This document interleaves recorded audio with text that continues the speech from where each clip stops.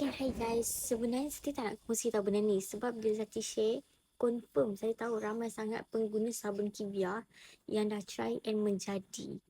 Zati as a pengguna sabun Kivia baru seminggu, Zati boleh cakap apa yang pengalaman Zati pakai. Muka Zati dah sumpah lembut, selembut sangat-sangat. Ini tak ada skincare, baru lepas remove makeup. Tak ada skincare, tak ada apa. Muka memang kosong bat, rasa ringan sangat. Nampak ni rasa lembut. And after 1 week juga tengok dahi Zati dah bersih tau.